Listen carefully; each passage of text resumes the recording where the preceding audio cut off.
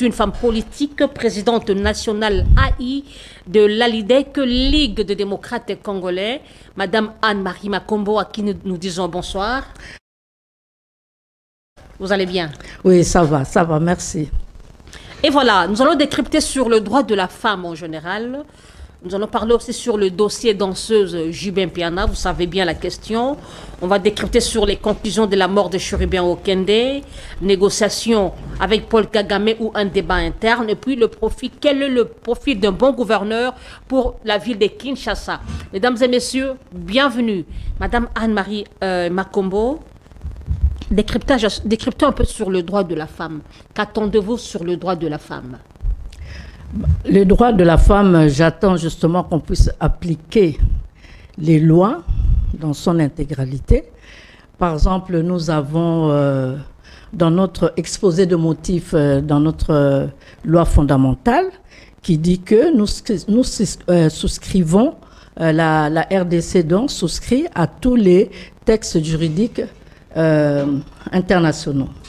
Alors, quand nous prenons par exemple la Déclaration universelle des droits de l'homme, dit qu'il n'y a pas de discrimination entre un homme et une femme.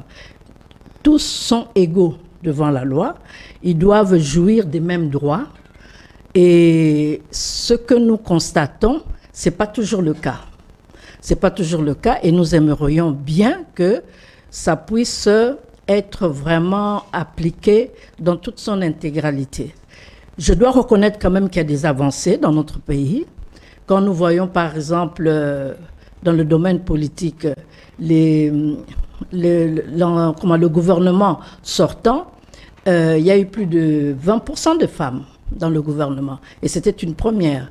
Donc ça, il faut quand même le reconnaître. C'est à l'actif du président. Mais il y a encore beaucoup à faire.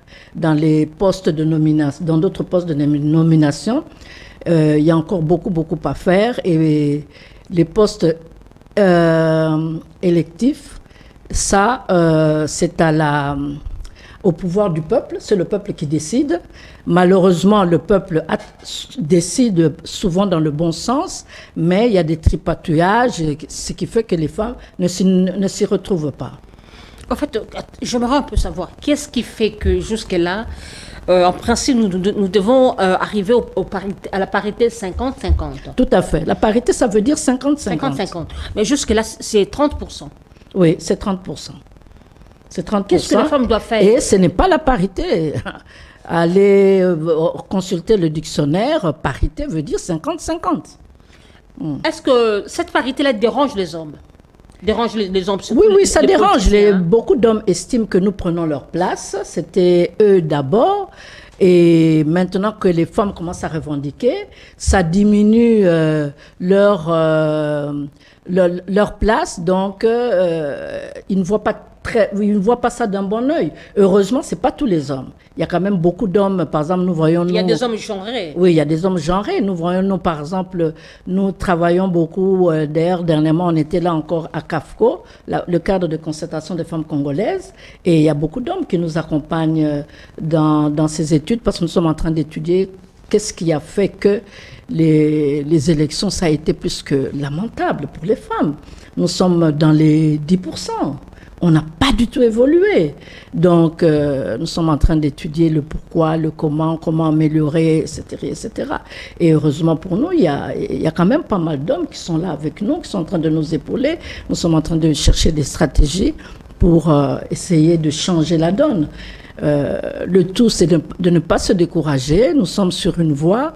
La route, elle est vraiment longue, elle est difficile à parcourir, mais il ne faut pas se décourager.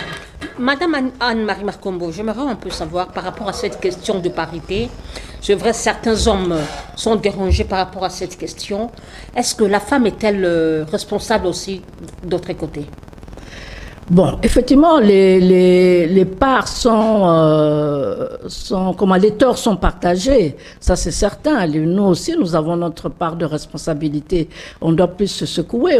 C'est pour ça, d'ailleurs, nous nous réunissons. Nous sommes en train d'étudier comment améliorer les choses, qu'est-ce qu'il faut corriger, qu'est-ce que nous avons fait, que nous devions, qu'est-ce que nous n'avons pas fait, que nous aurions dû faire. Nous sommes en train de examiner tout ça. Mais les hommes ont aussi une grande part de responsabilité. Par exemple, je prends, pour parler seulement des élections qui viennent de passer, le système d'aller aux élections par regroupement, donc plusieurs partis politiques se mettent ensemble. Au départ, c'était une idée très bonne. C'était dans quel but on avait voté cette disposition dans la loi électorale? C'était pour diminuer le nombre de partis politiques, parce que il y a trop de partis politiques. Et le fait de se regrouper dans un regroupement fait que ça pouvait diminuer le nombre de partis politiques dans le pays. Mais qu'est-ce qui arrive? Quand nous nous mettons en regroupement, quand il faut maintenant placer les candidats, les futurs candidats, les futurs députés, pardon, ce ne sont que les hommes qui se précipitent pour qu'on puisse les prendre comme candidats. Et les femmes encore sont lésées. Donc, c'est un système qu'il faut revoir encore. Il faut revoir. Alors, quel est le cheval de bataille de la femme pour atteindre son objectif? Ben, la femme doit plus se faire entendre. Moi, ça c'est mon dada, je reviens toujours là-dessus. La femme doit se faire de plus en plus entendre, donner de la voix, montrer qu'elle est là, qu'elle existe.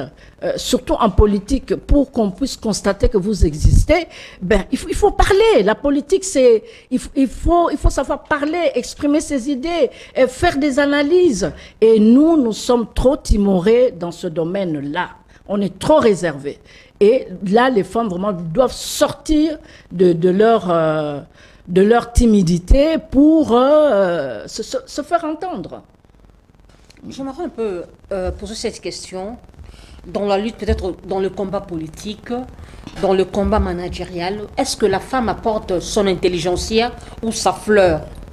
Non, elle apporte son intelligentsia. Il y a des femmes, malheureusement, justement, c'est ce que je dis, elles ne se font pas entendre, alors on a l'impression qu'elles portent là seulement sa beauté, ses toilettes. Non, la femme travaille réellement. Parce que je vois même quand nous sommes dans nos organisations, même des femmes, qu'il faut travailler sur tel sujet. Non, on y travaille très sérieusement. Et quand nos documents vont à qui de droit, vraiment on en tient compte, on respecte ce que nous avons pu donner comme réflexion. Donc non, la femme travaille, elle travaille. C'est pour ça qu'elle doit se faire entendre, elle doit se faire entendre. Il faut que ce qu'elle produit sur papier, ce qu'elle produit comme travail, elle doit en parler. Les hommes sont là, dès qu'ils font un pas, il faut qu'ils claironnent partout, j'ai fait tel pas, j'ai fait ceci, j'ai fait cela. Et la femme, on l'entend pas assez. La femme congolaise doit se faire entendre. Vous êtes présidente AI d'un parti politique. Tout à fait. Vous êtes une femme. Quelle est votre lutte par rapport à cette question? Par rapport à cette question... Votre combat surgit dans quel domaine? Notre combat, justement, se situe dans le domaine d'apprendre aux femmes de la LIDEC de savoir prendre la parole. D'abord, de savoir se présenter. Beaucoup de femmes, même d'ailleurs des hommes, nous avons déjà constaté, ne savent pas se présenter, ne savent pas se vendre. Et notre combat se situe là. Et surtout aussi, notre combat se situe dans les réseaux sociaux. Elles doivent vraiment bien maintenant manipuler les réseaux sociaux. C'est une arme, les réseaux sociaux. Par exemple, quand vous voyez le Twitter maintenant qui est devenu X, c'est vraiment une arme. Il faut savoir utiliser ça. Le blog, il faut savoir utiliser aussi le blog. Les WhatsApp. Les WhatsApp, c'est seulement pas pour dire bonjour, comment tu vas? Non, c'est pas ça, les WhatsApp. D'ailleurs, quand on dit en anglais WhatsApp, c'est quoi? Mais Quelles sont les nouvelles? Donc, donnez les nouvelles. Apprenez petit à petit à écrire, à parler, à exprimer ce que vous voulez. Et surtout, à innover, avoir l'esprit d'initiative. Et c'est ce que nous apprenons dans notre parti. Ok. Madame Anne-Marie Makombo, par rapport toujours aux droits de la femme, j'aimerais un peu savoir, est-ce que, souvent on a toujours dit que les femmes ne s'acceptent pas. Ce n'est pas aussi l'un de blocage entre femmes.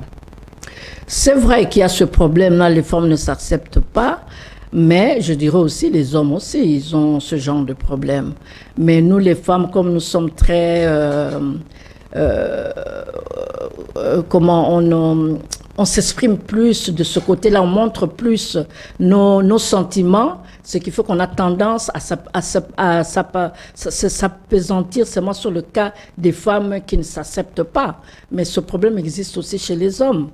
Mais je dirais que ce n'est pas aussi fort qu'avant. Maintenant, de plus en plus, vous voyez, il y a des femmes qui tendent la main à d'autres femmes pour pouvoir les épauler, les guider. Donc, ce qui ne se faisait pas avant. Donc, je dirais, dans ce cas-là, il ne faut pas se décourager. Nous sommes en train d'avancer. Nous sommes en train d'avancer. Alors, par rapport toujours à cette question du droit de la femme, j'aimerais, vous êtes au courant de cette question de la danseuse de Jubin Piana? Oui, effectivement, j'ai suivi cette affaire, mais qui est encore un peu floue. Je pense que dans l'état actuel, il faut laisser la justice faire son travail et s'avancer, à commencer à spéculer là-dessus. Je trouve que c'est pas très prudent. Est-ce que vous ne voyez pas que quand dans nos orchestres, ouais, les hommes s'habillent décemment, non? Oui, ça c'est un problème. Mais pourquoi seulement la jeune fille s'habille très mal, avec indécence? Ça c'est le problème du monde entier. Vous êtes femme, présidente d'un parti politique. Voilà, ça c'est Est-ce qu'il n'y a pas moyen d'hausser le ton par rapport à ça? Ça c'est le problème du monde entier. On a tendance à copier ce qui vient de l'extérieur.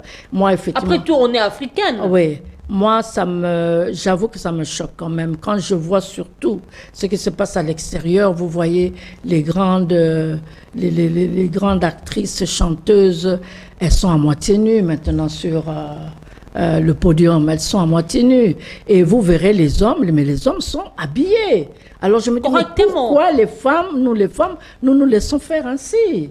Ah, pourquoi? Donc, ce côté-là, effectivement... On fait passer la femme pour un objet de marketing. Oui, oui, je ne suis pas du tout d'accord. Parce que lorsqu'on voit la nudité de la femme, les hommes, le monde sera braqué pour suivre. Oui, voilà, je ne suis pas du tout d'accord là. Ça, c'est vendre son corps, c'est se diminuer, Parce qu'il y a autre chose qu'on peut montrer sans montrer son corps, son talent.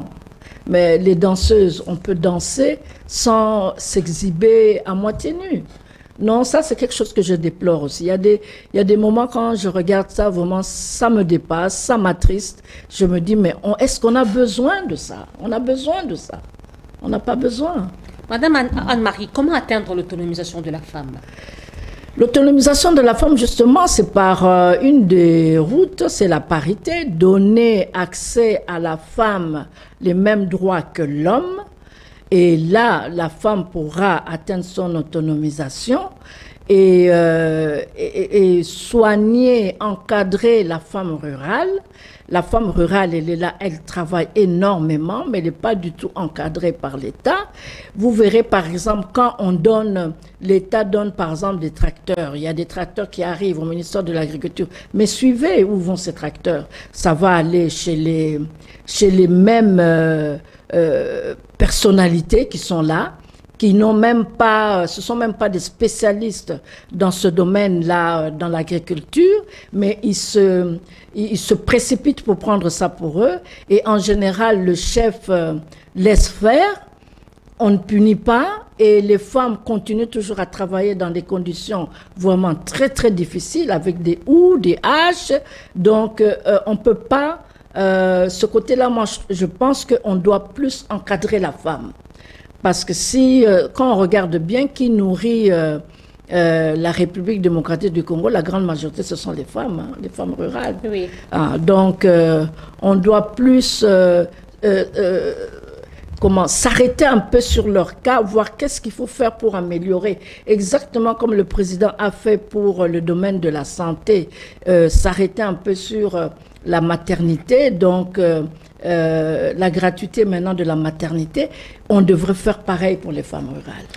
Est-ce que le ministère de Genre, Famille et Enfants doit être nécessairement donné à une femme? Non, pas nécessairement. Un homme peut très bien gérer cela. Mais je me dis, déjà nous avons très peu.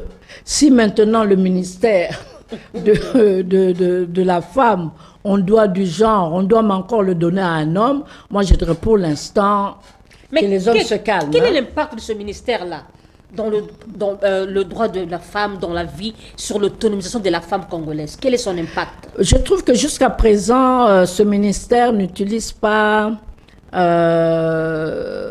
tout son pouvoir pour vraiment taper de poing sur la table pour que les femmes, parce que pour encadrer sur cette question vraiment les même femmes. des danseuses qui passent sur la toile à moitié nues, Ouais. c'est le rôle du ministère du Genre, Famille et Enfants. Mais on voit, ce ministère ne fait absolument rien sur ça, sur cette question.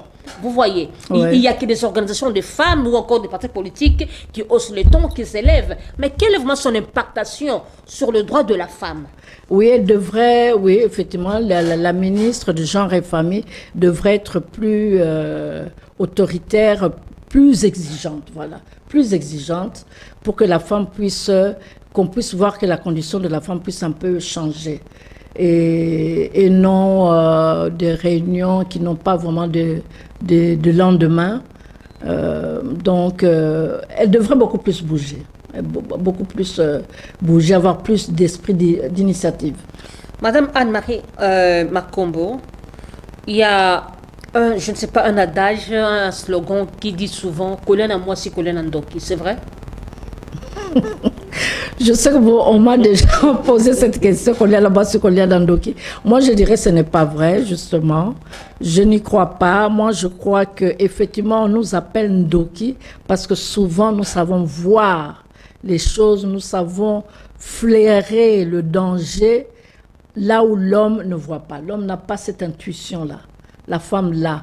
Et c'est comme ça que parfois on nous traite de Ndoki. Donc, je vois la chose que sous cet angle-là. Et je dis toujours, l'homme sage, c'est l'homme qui sait écouter sa femme. Souvent, la femme perçoit,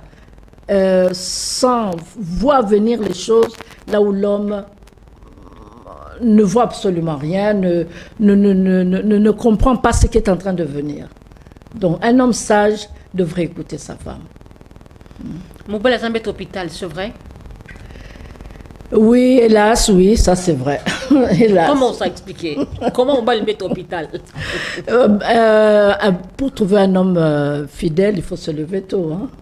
C'est ça que ça veut dire. Moi, mettre hôpital, à l'hôpital, un lit à l'hôpital accueille plusieurs malades. Hein. Aujourd'hui, c'est tel malade, demain, c'est un autre malade. C'est dans ce sens-là. Bon, un homme fidèle, il faut se lever tôt. Mais je dirais aussi aux femmes, c'est pas parce qu'un homme est infidèle qu'il faut quitter un homme.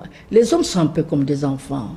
Donc, c'est à une femme de savoir guider son homme. Si une femme sait bien prendre son homme, bien le gérer, elle peut vraiment faire que son foyer sera un foyer très, très accueillant. Est-ce que vous savez aussi, il y a certains hommes qui sont insatisfaisables, éternels?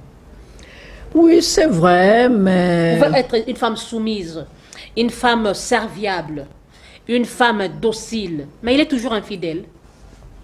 C'est vrai, mais posez la question à cet homme que aujourd'hui, si votre femme partait vous quitter, mais ce sera l'homme le plus malheureux du monde. Pourtant, il va ailleurs. Mais ce sera l'homme le plus malheureux du monde. Moi, il y a quelque chose que j'ai... En même temps, je trouvais ça attendrissant. En même temps, je disais, ah, les sacrés hommes. Je peux citer son nom. Comment ça, Papa Wemba. Oui, c'est Papa Wemba. Papa Wemba. Ouais. Qui est resté avec sa femme jusqu'à sa mort. Mais Dieu seul sait, Papa Wemba. Mais Amazon, maman Amazon a vu de toutes les couleurs. Voilà. Mais Papa Wemba, il est, comment, il a été comme... C'était une femme de cœur, hein. Voilà. De grand cœur, maman Amazon. Oui. Et quand Amazon se décidait de partir, mais le monsieur était malheureux, malgré tout ce qu'il faisait à l'extérieur. Il voulait que sa femme revienne. C'est ça. Mais le problème est qu'il y a des hommes qui savent valoriser leur femme. Il y a des hommes qui ont le respect pour la femme. Mais il y a certains hommes là qui ne savent pas respecter leur femme. Vous voyez, c'est ça aussi le nœud du problème. Oui, il y a des hommes comme ça, c'est vrai. Mais en grande majorité, les hommes respectent leur femme. Les hommes respectent. Et c'est à nous de savoir comment... C'est là où on dit que nous sommes des Ndoki. Quand vous êtes vraiment très intelligente, vous savez comment avoir votre homme. Vous savez, ce sont des enfants, les hommes. Par rapport à nous, les femmes, ce sont des enfants. Madame Anne-Marie, le mariage est un idéal pour une femme ou un objectif?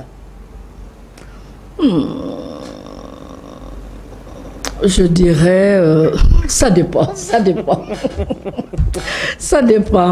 Mais je dirais quand, par exemple, une femme veut avoir des enfants, l'idéal serait de faire les enfants dans un cadre comment je dirais ça, dans le mariage. Ça serait bien que l'enfant puisse évoluer avec le papa et la maman. Ça, effectivement, c'est l'idéal. Un avantage, c'est vrai, parce que quand on a des problèmes, on sait se consoler les uns les autres. Et puis même, on sait se conseiller, on a quelqu'un avec qui parler, on a un compagnon. Donc, c'est là où c'est l'idéal. Mais c'est quand c'est un objectif? Parce que ma question est de savoir si le mariage est un idéal ou un objectif pour la femme. Beaucoup de jeunes filles en font un objectif. Il faut la balle. Bon, je dirais c'est triste. Il ne faut pas en faire l'objectif final. Il faut la balle. L'objectif, c'est autre chose. C'est toi-même. Tu dois te réaliser toi-même en tant que personne humaine sur cette terre. Et non voir ton objectif qu'à travers un homme. Là, vous serez déçus. Il ne faut pas que ce soit l'objectif de la vie, le mariage. Non. Si ça vient, ok, ça vient. Ça vient pas, bon, on n'en fait pas un drame. Et voilà. Parce qu'il ne faut pas oublier, il y a plus de femmes que d'hommes sur cette terre, dans ce monde. Donc il faut accepter aller au troisième bureau. Comme disent les Quinois, 5 d'abord. Et voilà, Madame Anne-Marie, pouvons-nous un jour avoir une femme présidente? Pourquoi pas? Le président d'ailleurs l'a dit. Mais elle se prononce pas, elles sont peu. Je me souviens juste en 2018, c'est votre sœur qui s'était prononcée comme candidate présidente 2011. De la République. 2011. Madame Angèle Makombo. Oui. Vous voyez, en 2006, c'était Madame Nzuzi Wambombo, Madame Wivine Landou. Oui. Vous les voyez? Deux sœurs Landou. Oui. Non, Madame Wivine Landou.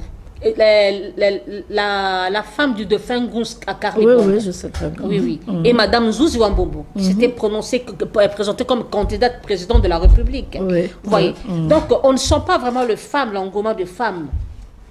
Actuellement, il n'y a que Marie-Josée Ifoku. Mais cet engouement-là des femmes dans la politique, des femmes qui pensent vraiment à la hauteur.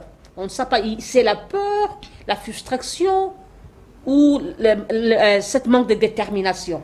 Moi, je dirais que, par exemple, pour parler des élections qui viennent de passer, là, du 20 décembre, nous tous, la grande majorité a soutenu l'élection du président de la République, donc Félix-Antoine Tshisekedi. Il avait droit à 2 mandats, et moi j'estimais, personnellement, qu'il fallait lui donner ces 2 mandats. Parce que je vois la manière dont il est en train de prendre à bras le corps le problème, la guerre injuste qu'on nous inflige à l'est du pays. Il faut lui laisser terminer cette guerre-là. Et donc, Je trouvais que c'était vraiment une perte de temps. Si même si je voulais être candidate, c'est vraiment une perte de temps de se présenter candidate. Et nous avons un homme qui est en train de se battre valablement pour essayer de libérer le pays. Soutenons-le, allons de l'avant pour que le pays soit libéré. Et lui-même l'a dit qu'il aimerait bien qu'après son mandat, la personne qui puisse le remplacer soit une femme. Ça, ce n'est pas une façon de parler. Attendons voir. Moi, je ne pense pas que c'est une façon de parler. Il l'a dit. Bon, nous allons voir comment les choses vont aller. Il vient à peine de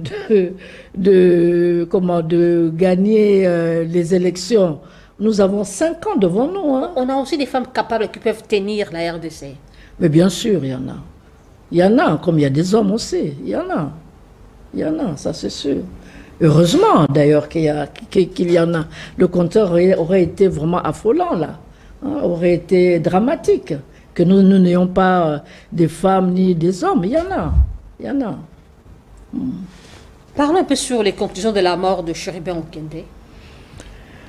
Ah, la mort de Chérubin Okende, bon, le verdict vient de tomber. Vous êtes une femme. Oui. Chérubin Okende a laissé une femme. Ça vous ferait quoi? Vous avez entendu les conclusions depuis longtemps en tant que veuve. Je vous donne juste un exemple. Et après, vous avez connu un homme pendant longtemps, avec qui vous avez fait des enfants et toute une famille. Par après, on dirait que votre homme s'était suicidé. Bon, c'est quand même, on ne peut pas nous empêcher, quand bien même j'ai entendu... C'est la dictature, ça, qu'on voilà, veut nous imposer. J'ai entendu qu'on ne veut pas qu'on en parle. Moi, je dis, c'est impossible. On ne peut pas interdire aux gens de penser. Ça, c'est impossible. Même dans une cellule, vous ne pourrez jamais empêcher quelqu'un de penser. Donc, on a le droit, on a ce droit-là de...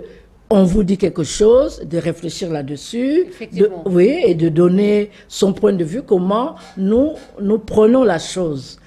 Personne sur cette terre peut vous interdire de faire cela.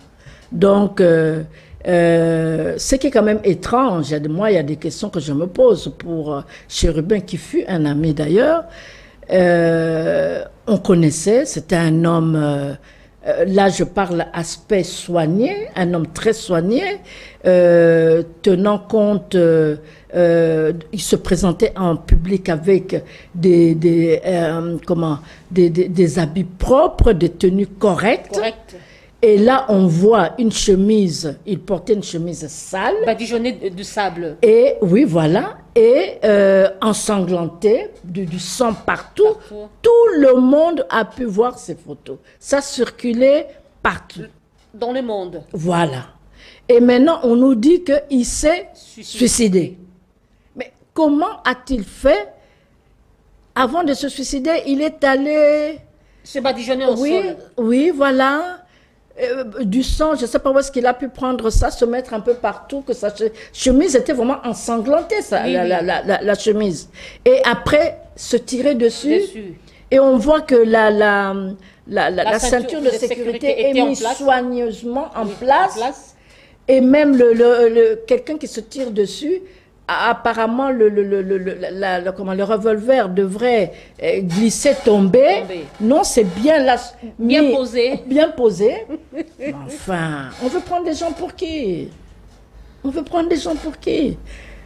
Quand j'ai entendu ça, non. Et d'ailleurs, moi, c'est simple. J'étais dans mon parti. Qui est venu me le dire? Des membres du parti. En disant, mais écoutez cette énormité, maman, écoutez cette énormité. On veut nous faire croire, on veut nous faire croire. Ça. Ben voilà. C'est comme ça que j'ai appris ça. On dit quoi? Répétez un peu. Voilà. C'est comme ça que j'ai appris ça. Donc personne n'y croit. Personne. Personne n'y croit. Est-ce qu'on peut faire confiance à notre justice? Ben, le président de la République, je crois, a dit que la justice est malade. Donc ça veut dire beaucoup, hein. Donc, un chef se plaint ou agit? Il doit agir. Et j'espère qu'il va agir. Qu'il va agir. Il faut mettre... Selon nos informations, le procureur près la Cour de cassation qui a rendu ce verdict fut parmi ceux dont Mosé avait radié dans la liste de magistrats. Ah. On se pose les questions. Il est encore récupéré. Est-ce qu'on avait eu le temps de suivre son cursus? C'est ça le problème. Est-ce que vous ne voyez pas aussi l'État en général est malade? Oui, d'autant plus que ce n'est pas les hommes qui manquent. Là, dernièrement, j'ai suivi une émission où on a donné des médailles à des avocats, oui, donc qui ont mérité, je ne sais plus quelle médaille, il y a un titre qu'on leur a donné là, pour des loyaux services, des hommes intègres, tout ça. Donc, les hommes intègres dans ce pays, il y en a, il y en a. Il suffit de vouloir bien chercher et on va les trouver, on les mettra en place. Donc, c'est ça. Mais pour revenir à l'affaire Chérubin, c'est déroutant. C'est déroutant. Que faut-il faire pour restaurer notre justice? Il faut plus à ça. Moi, je dirais un petit peu plus de sévérité. Au moindre dérapage, il faut sévir. Au moindre dérapage, il faut sévir. Ouais. Moi, je suis chrétienne, nous croyons en la Bible. Le chef de l'État avait prêté serment sur la Bible. La Bible dit que la justice élève une nation. Mais vous ne voyez pas que cette question remet en cause notre justice, fait à ce que lorsque une justice n'est pas décente, lorsque une justice n'est pas bien assise, ça ne permet pas à ce que les investisseurs viennent, vous ne voyez pas? Oui, tout à fait, on doit mettre de l'ordre là-dedans, on doit mettre de l'ordre et voir, comme je dis, au moindre dérapage, s'arrêter là-dessus, examiner qu'est-ce qui s'est passé au juste. S'il faut punir, il faut punir. Donc, il ne faut pas laisser les choses s'envenimer, se détériorer de jour en jour, et on n'arrivera à plus rien. Donc, quand il n'y a pas de justice dans un pays ne peut pas fonctionner. Sans justice, il y aura du n'importe quoi. Donc, la justice ici, dans ce pays, finalement, c'est fait que pour les plus démunis. Ça, là, on leur applique vraiment la justice. Et encore, et encore. Parlons un peu du dossier de l'Est du pays. Le chef de l'État nous avait dit, à moindre escarmouche, suivez bien mes lèvres. Kagame a sentir un béton. Et voilà, aujourd'hui, il cherche une négociation entre lui et le Rwanda. Qui trompe qui? Non, il n'y a pas de négociation. Un aveu de chèque, ça. Non, il n'y a pas de... Un aveu d'impuissance. Il n'y a pas de négociation. On est en train de tout faire pour qu'il accepte une négociation. Mais il n'y a pas de négociation. Mais c'est lui qui va vers Kagame, non? Non. C'est comment alors? Le chef de l'État ne va pas vers Kagame. Alors il va vers qui? Kagame... Parce que c'est Lorenzo qui fait l'intermédiaire. Oui. Et on est en train de faire la pression sur le président pour pouvoir négocier. Et qui fait la pression, c'est la communauté internationale. Et c'est là où je me dis vraiment, cette communauté intercriminelle est vraiment en train de se moquer de nous. Parce que sans eux, Kagame n'allait jamais pouvoir tenir aussi longtemps une guerre avec la RDC. Jamais. Donc cette guerre, les premiers acteurs de cette guerre, c'est la communauté internationale qui utilise Kagame pour combattre notre pays, parce qu'ils sont en train de convoiter nos matières premières. La raison est simple, c'est ça. Donc, maintenant, il y a eu résistance de notre côté jusqu'à ce jour. Ils ne sont pas arrivés à leur fin, et c'est comme ça que maintenant, ils demandent négociation. Et négociation, d'ailleurs, ils ont voulu demander que, pour les matières premières, qu'eux, ils prennent 70%, que nous prenons 30%. Le président a dit niet. Ensuite, ils disent 50-50. 50%, nous 50%. Le président a dit toujours non. Ce sont nos matières premières. C'est à nous de fixer les règles. Donc, ils sont aux abois, la communauté internationale. Est-ce que vous ne voyez pas aussi que, il y a, je crois, 1 année ou 2 ans passés, il y avait eu le contrat, un partenariat entre le Rwanda et la RDC sur l'exploitation de nos minerais. Est-ce que ce n'était pas aussi un contrat de la honte? C'était pas du tout un contrat de la honte. Ce qui a ouvert aussi le chemin. C'était pas un contrat de la honte. Le chemin était déjà là par notre celui qui était là avant le président Félix. Le contrat, le désordre était déjà là. Le président a voulu montrer qu'il était ouvert pour pouvoir arrêter cette guerre. Il est allé faire des propositions. Et au fil des jours, que les jours passaient, les mois passaient, nous avons tous compris que Kagame n'est pas un homme à qui se fier. C'est vraiment un vrai bandit qui dit ceci, il ne fait jamais ce qu'il dit. Et même la communauté internationale de même, ils font semblant de dire à Kagame, non, stoppez le M23, alors que c'est eux qui sont en train d'alimenter le M23. Ils nous prennent pour des gens comme si nous étions bêtes. Maintenant, nous avons tout compris. Nous avons tout compris. Et ils sont aux abois, eux tous. Mais ce M23-là était venu ici pendant 14 mois, non? Vous étiez au courant de la communication du chef de l'État. Il a dit qu'il ne savait pas, et d'ailleurs, parce que à chaque fois qu'on lui pose la question, il dit que je n'étais pas au courant, je ne savais pas. Et quand ils étaient venus ici, c'est qui encore le nom? L'ancien ministre là, Gilbert, c'était encore Gilbert Kankondé, qui les avait reçus. Moi, je ne voulais pas le recevoir. C'était pas incohérent. Un ministre de l'Intérieur peut recevoir une délégation de rebelles dans son pays et lui ne savait pas. Non, c'est pas du tout incohérent. Ce sont des... Comme on dit, nous sommes en guerre, on ne peut pas mettre sur table toutes les stratégies que nous allons... les stratégies que nous allons mettre en place pour pouvoir sortir notre pays de là. Mais Madame Anim, mais reconnaissez quand même, c'est vrai, vous êtes de l'Union sacrée, non? Reconnaissez quand même, vous avez ouvert les brèches vous-même au M23. Vous avez réveillé les loups qui dormaient. Non, pas du tout. Le M23 existe depuis Kabila. Non, il n'existe plus. Il existait. Qu'est-ce que l'ancien président a fait? A infiltré le M23 dans notre armée. C'est là où on a cru que le M23 n'existait plus. Souvenez-vous de propos du chef de l'État, lorsqu'il avait dit, on posait la question sur l'armée, il a dit, il trouvait une armée organisée, structurée. Mais c'est ce qu'il croyait. C'est ce qu'il croyait. Au fil des ans... Il n'a pas vérifié une information, il les livre directement devant la presse. Au fil des ans, nous nous rendons compte que cette armée est vraiment infiltrée jusqu'aujourd'hui. Jusqu'aujourd'hui. Et d'ailleurs, moi, je me dis la justice, quand par exemple le président de l'Assemblée avait dit aux députés, il avait dit même sans lingala, Bo Longwa, ba groupe armé. Moi, je trouve la justice devait interpeller le président de l'Assemblée nationale, lui dire qu'est-ce qu'il sait sur cette affaire. C'est très grave. Aujourd'hui, nous avons un certain, je crois, Didier Caméré, je crois, qui a dit que la nuit et comment le jour, ils sont là, faisant que ils sont avec nous, ils défendent le pays. La nuit, ils sont en discussion avec le Rwanda. Mais la justice doit l'interpeller.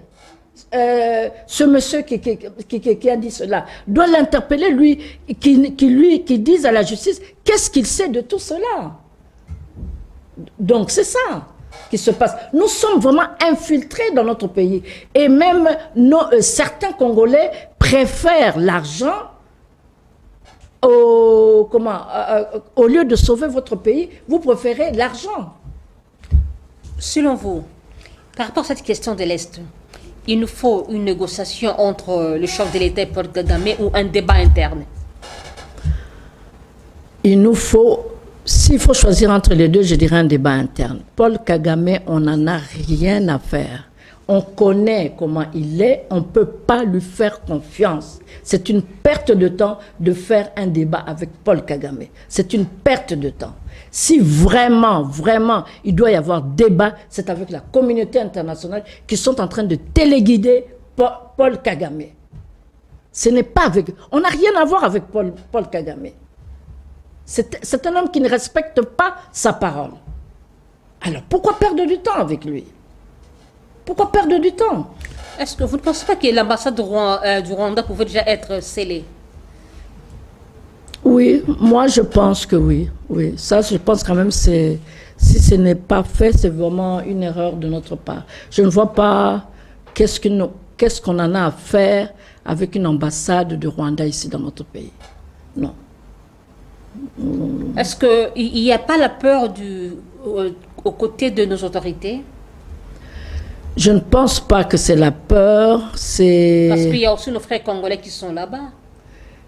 Oui, c'est vrai, c'est vrai. Il y a nos frères congolais qui sont là-bas, ça c'est vrai. Mais je ne pense pas que c'est la peur. Je crois peut-être que c'est une stratégie qui croit que c'est ça la meilleure. Mais moi, personnellement, je trouve qu'on devait fermer cette ambassade. On devait la fermer. Madame Anne-Marie Makombo, toujours cette question de l'Est. Comme on dit, au grand mot, grand remède. Que faire? Ce que nous sommes en train de faire maintenant, la guerre.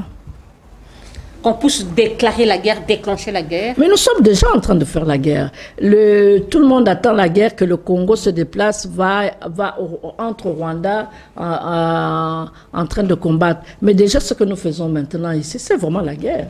Et ils sont en train de mourir en masse. Hein. C'est pas pour rien que ils sont en train d'exiger maintenant, vouloir qu'il y ait négociation. Qu'on puisse négocier, qu'on puisse s'asseoir sur une table. Parce qu'ils sentent qu'ils commencent à s'essouffler. Alors la diplomatie agissante est tant vantée. Quel est son sort maintenant? En ce moment, nous sommes en guerre.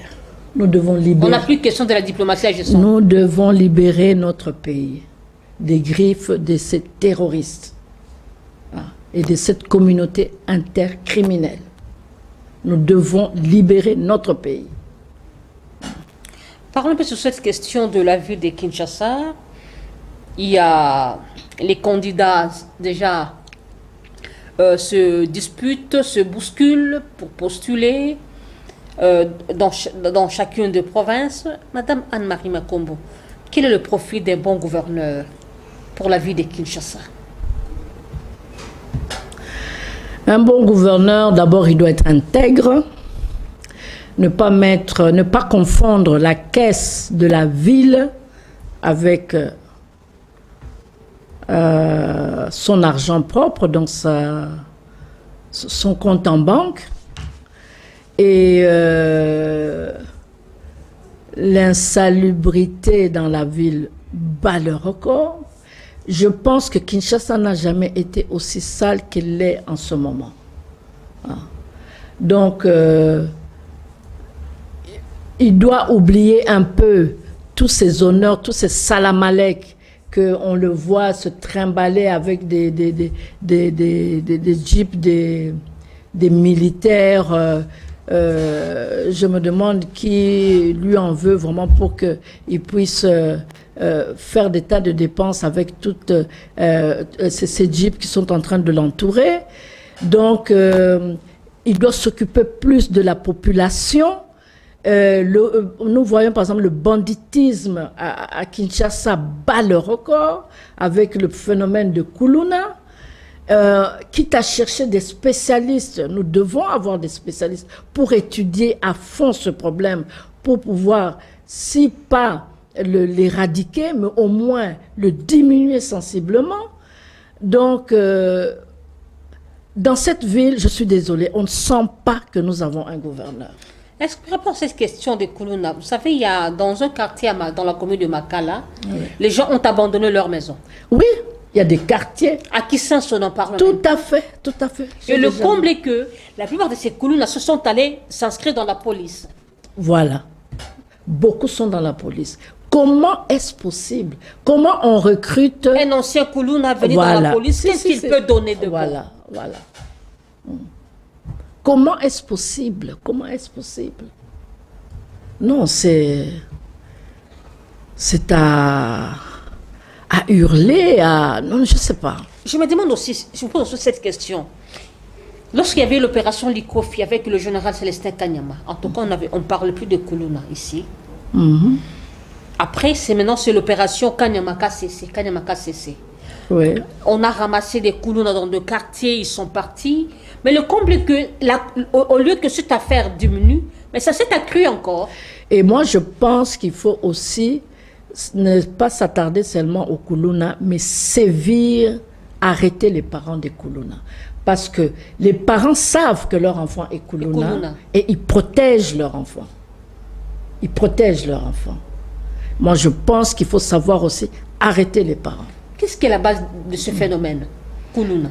Ce phénomène, mais justement, c'est le chômage, l'oisivité, c'est tout ça. La vie, la vie chère, donc le social ne suit pas. C'est tout ça qui fait qu'ils se tournent vers ça. Les parents ne savent pas subvenir aux besoins de leurs enfants.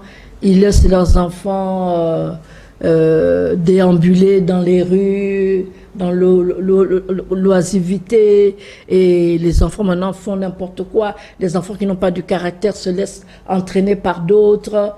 Et c'est comme ça. Et les enfants maintenant en veulent à ceux qui ont quelque chose et ils vont agresser ceux qui ont. Donc, on a connu, par rapport à l'insalubrité, le gouverneur Jacinthe Ngobila avait eu à casser les maisons d'autrui. Les maisons étaient vraiment saccagées. Vous voyez, il y a eu même, je connais une dame là à Girigiri qui avait perdu la vie. Lorsqu'il voyait sa maison démolie comme ça, elle a fait une crise, alors on l'a amenée à l'hôpital, elle en avait succombé. Est-ce que c'était ça la solution pour la salubrité dans la vie des Non, ce n'est pas la première solution. Ça, je suis désolée. J'ai toujours été contre quand je vois de telles scènes. J'ai déjà assisté à des scènes. La démolition. Oui, la démolition. Ça, c'est vraiment quelque chose qu'on peut faire vraiment en dernier ressort. D'abord, mettez de la propreté dans la ville. Mettez de la propreté dans la ville. On voit les bouteilles, les sachets, les détritus qui traînent dans la ville. Ça, vous laissez faire et vous allez démolir des maisons. Non, c'est... Chaque chose dans la vie qu'on fait, on doit savoir, nous commençons par ça et nous terminerons à ça. Mais on dirait qu'on fait en désordre des opérations spectacles, tout le monde est là et en train de regarder, alors on a l'impression, non, on travaille, dans le pays on travaille, on prend des décisions et flop, un jour, on fait ça un jour, 2 jours et puis c'est terminé. Non, ça n'a pas de sens. J'ai toujours été contre ça. Ça n'a pas de sens. Par rapport à cette question de l'insalubrité, est-ce que vous ne voyez pas qu'il y a toujours manqué cette question de la politique publique sur l'insalubrité ici à Kinshasa? Politique, je ne pense pas. Je pense qu'il y a, au Congo, si on dit bien dans notre pays, on a pratiquement tous les textes. Il suffit de fouiner, de voir les textes et d'appliquer. Tout est là, tout est déjà écrit.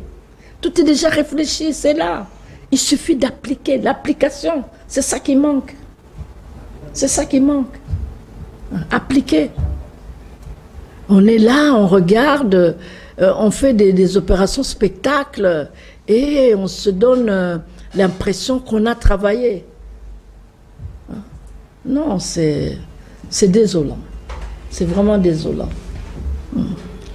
Maintenant, il y a la course au sein de l'UDPS.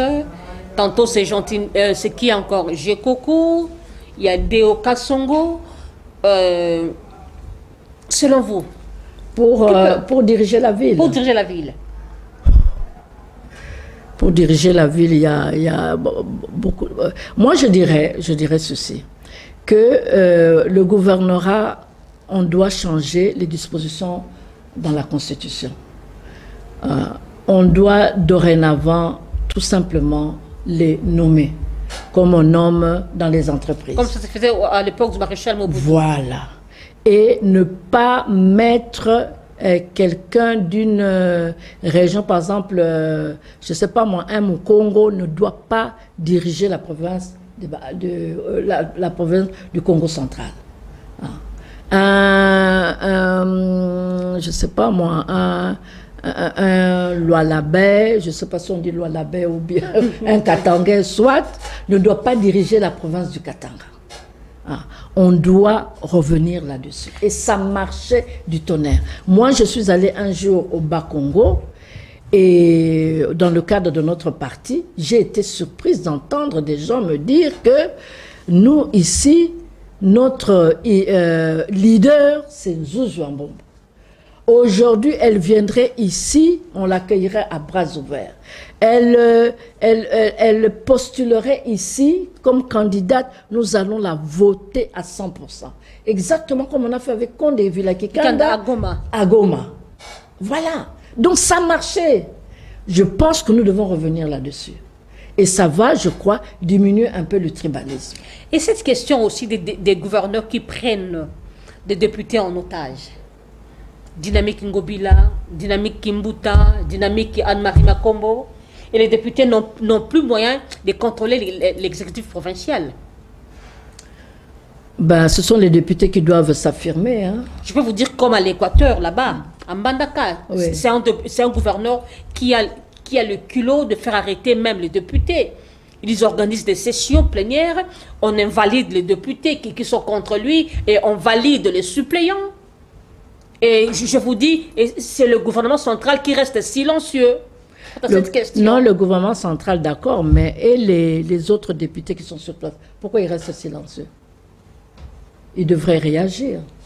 Ils ont réagi, ils étaient même arrêtés, ils sont venus ici faire le plaidoyer, malheureusement c'était sans succès.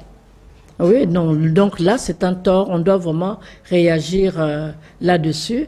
On ne peut pas... et le président de l'Assemblée, comment il ne peut pas créer un mouvement pour s'opposer à cela, de l'Assemblée provinciale, hein? Il pourrait créer un mouvement pour s'opposer à cela. La population, comme je dis, la population a aussi son devoir. La population doit agir. Si la population est là à regarder les dirigeants agir et seulement critiquer dans les coulisses, critiquer dans les maisons, critiquer dans un coin de rue sans agir, eh bien les politiques vous feront voir de toutes les couleurs. Il faut savoir taper de poing sur la table et dire non, nous n'acceptons pas cela. C'est pas ça que nous avons voulu en votant un tel. La population doit aussi agir, doit s'activer. Donc ne pas laisser ce genre de choses perdurer. Pensez-vous avec ce gouvernement provincial, d'ailleurs il n'y a aucun opposant à l'Assemblée provinciale de Kinshasa? Il n'y a aucun opposant? Aucun opposant. À l'Assemblée provinciale de Kinshasa, il n'y a aucun opposant. Comment ça pourra fonctionner?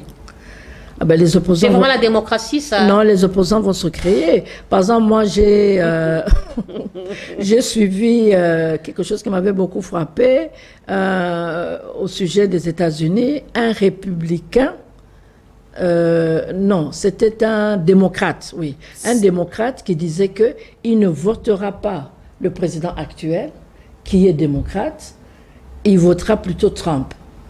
Parce qu'il donnait ses raisons. Et nous devons apprendre aussi à faire ça. Le problème du Congolais, quand vous avez un leader qui s'appelle X, ce leader-là, même si il déconne, il ne fait pas les choses comme on devrait le faire, mais vous êtes là toujours à vous acharner. Non, c'est notre leader, à chercher à le défendre sur des bêtises, alors que ça se voit, ce sont des bêtises, ce sont des erreurs. Mais vous cherchez toujours à le défendre, bah, les choses vont continuer ainsi. Hein? Donc, vous allez au Parlement, tous, il n'y a pas de, comment dirais-je, il n'y a pas de députés de l'opposition, mais vous devez être très vigilant. Vous ne devez pas laisser faire le président de l'Assemblée du n'importe quoi. Il faut bien suivre les choses pour le bien-être du peuple congolais. Il ne faut pas oublier le pourquoi le peuple congolais vous a mis à cette place-là. Et c'est ainsi que vous allez aider le président de la République pour aller de l'avant, pour réaliser ce qu'il a promis au peuple congolais. Mais si vous êtes là toujours à applaudir, soit disant non, non, non, non, Mutunabiso, Mutunabiso, Mutunabiso, même s'il est dans le fond, bah, les choses resteront à l'état. Madame Anne-Marie, nous tendons vers la fin de l'émission. J'aimerais savoir quelles sont les activités que votre parti organise en rapport avec ce mois de la femme. Ce mois de la femme, nous tenons absolument, effectivement, à réunir les femmes pour leur faire prendre vraiment conscience sur ce que endure la femme de l'Est. Je me rends compte, parfois, on a tendance à ne pas trop comprendre. Et nous voulons vraiment que la femme congolaise, surtout la femme quinoise, puisse comprendre ça, puisse vivre ça. Et moi, je profite de cela d'ailleurs pour féliciter les femmes de l'Est, la résilience qu'elles ont. Non, ce sont des femmes courageuses. Ce sont des femmes courageuses. Et cette guerre les a même ouvert l'intelligence. Quand je suis devant elles, elles sont de loin beaucoup plus brillantes que les femmes de l'Ouest maintenant. Elles savent réfléchir, elles savent voir là où elles vont, elles ont du courage, elles savent poser des actes. Et je voudrais vraiment faire prendre conscience de cela aux femmes de Kinshasa. Est-ce que le mois de la femme ou le droit de la femme est symbole port de panne? Non, bien sûr, ce n'est pas le symbole de port de panne. De toute façon, ce mouvement est sorti en Europe parce que les femmes revendiquaient leurs droits. Les femmes estimaient que par rapport à la Déclaration universelle de droits de l'homme, la femme a les mêmes droits, jouir des mêmes droits que l'homme.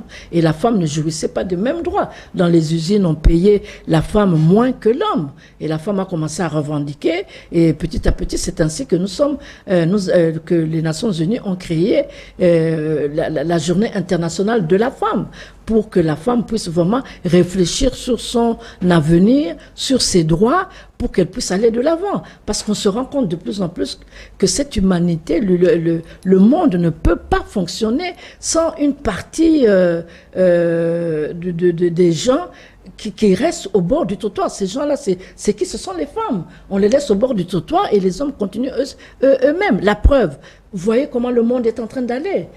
Le monde va de travers. Hein. Il est grand temps que la femme vraiment reprenne vraiment les rênes du pouvoir et qu'elle s'implique à fond, main dans la main avec l'homme, pour trouver des solutions pour notre monde. Parce que ça ne va pas. Votre mot de la fin pour les femmes du monde, de votre parti et de la RDC? Bon, le mot de la fin, je dirais que la femme doit vraiment se ressaisir. Nous devons vraiment donner de la voix pour qu'on puisse voir que nous existons. En nous taisant, on a tendance à nous mettre de côté.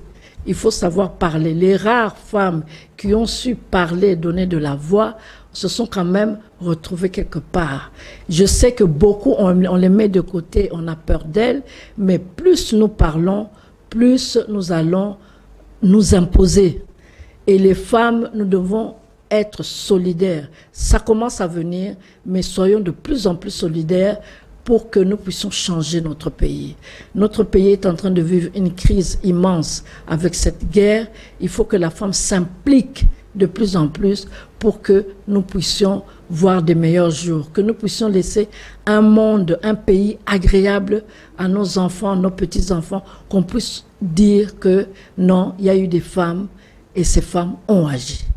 Madame Anne-Marie Makombo, merci d'avoir répondu à notre invitation. Merci. La première femme que nous avions reçue en ce mois de mars. En tout cas, je vous remercie aussi de m'avoir invité.